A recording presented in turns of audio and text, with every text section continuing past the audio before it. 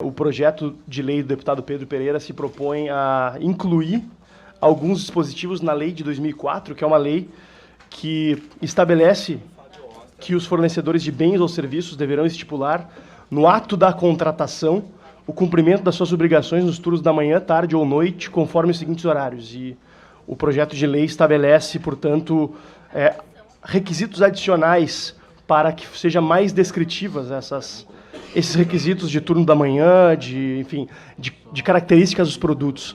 O que me causa um certo desconforto em relação a esse projeto é que essa lei de 2004, ela já não é cumprida. Basicamente porque no texto da lei não são estabelecidos os requisitos e formas de fiscalização para a execução dessa lei. Então, nesse sentido, o projeto de lei 445, ele parece que ele inclui elementos adicionais que, sinceramente, eu não vejo maneiras que possam vir a ser cumpridos nesse momento. Além de, claro, criar certas obrigações, caso, porventura, em um cenário hipotético, viessem a ser cumpridos, caso houvesse mecanismos do governo do Estado para a efetiva fiscalização disso, acabaria por virtualmente inviabilizar diversos negócios, e hoje a gente vive, felizmente, em uma economia cada vez mais descentralizada, com pequenos atores atuando de forma a trazer um fornecimento descentralizado de serviços, e que esses setores teriam que arcar com certos custos, por exemplo, de agendamento e reagendamento. É claro que todo mundo é incomodado pelas incertezas na entrega e na provisão de serviços no dia a dia, mas eu acredito que a melhor maneira de a gente lidar com isso é, como consumidores, buscarmos atuarmos como soberanos que somos, optando por serviços que trazem a sua prestação de uma maneira mais respeitosa, e não buscando aprofundar ainda mais enfim, com todo respeito ao legislador de 2004, que propôs essa lei, uma ilusão jurídica de que simplesmente, ao escrever na lei, nós vamos conseguir magicamente trazer a concretização material das possibilidades de se fiscalizar algo que, na prática, sejamos honestos, é infiscalizável e que só traria mais custos para empresas, especialmente pequenas empresas que teriam dificuldades em lidar com esses custos, além de aprofundar ainda mais um processo tão criticado nessa casa, que é o processo de hiperinflação legislativa, que acho que todos nós devemos ser especialmente vigilantes.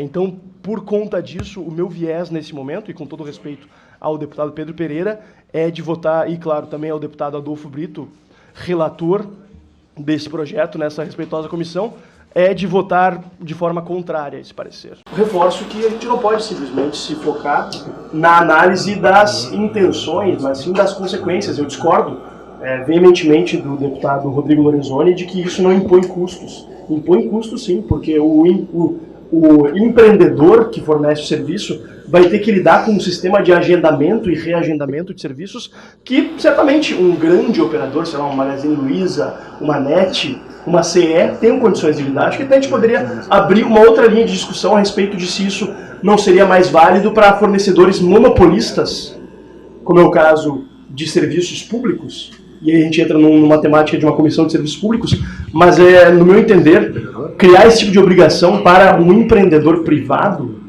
que já está submetido a regras de mercado, a regra mais rígida que existe, que é a regra da livre concorrência, e o deputado Eric, mesmo sem querer, deu um excelente exemplo de como já funciona no livre mercado, por meio do iFood. Acho que a gente pode citar vários outros exemplos, como por exemplo a Uber. Nenhuma regra obriga a Uber a te fornecer o nome do motorista, não te obriga a... Nenhuma lei aprovada nessa casa obriga a Uber a fornecer o histórico de corridas do motorista. O que obriga é o interesse dessa empresa em prestar um melhor serviço para o seu consumidor e vencer a competição contra as alternativas. E nesse caso desse fornecedor de ar-condicionado que te deixou esperando, eu lamento. Eu já passei por isso diversas vezes, é óbvio. Mas eu não acho que a hiperpositivação das convenções e acordos sociais seja o caminho nesse sentido. Acho que o caminho é a gente buscar fortalecer a livre concorrência, facilitar a vida de quem quer fazer negócio, permitir que o processo de mercado funcione de maneira mais livre, e não criando mais obrigações, porque essa obrigação na prática, ela vai prejudicar o pequeno empreendedor, E, ao prejudicar o pequeno empreendedor, naturalmente vai favorecer o grande empreendedor que tem condições de lidar com o processo de agendamento. Mas imagine um fornecedor que tem um entregador só. E, eventualmente, esse entregador ficar doente. Ele vai ter que pagar uma multa. Ou ele pode simplesmente ligar pro contratante de serviço e falar, olha, eu tive um problema, eu posso te entregar em outro dia. E se ele não entregar, se ele simplesmente não aparecer, o que o cliente vai fazer? Não vai comprar mais com o cara.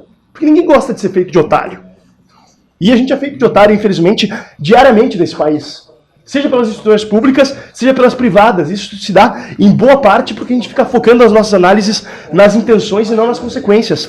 Esse projeto, por mais bem intencionado que seja, ele traz consequências ruins para o problema que ele se propõe a solucionar. Então, eu acho que, inclusive, a gente deve estudar a possibilidade, quem concorda com esse ponto de vista que eu estou trazendo, de trazer uma emenda de plenário para buscar solucionar isso. Mas, em sede de comissão, eu não posso fazer nada além de expor a minha consciência e a minha convicção de que esse projeto não resolve os problemas que ele se propõe a resolver e ainda piora.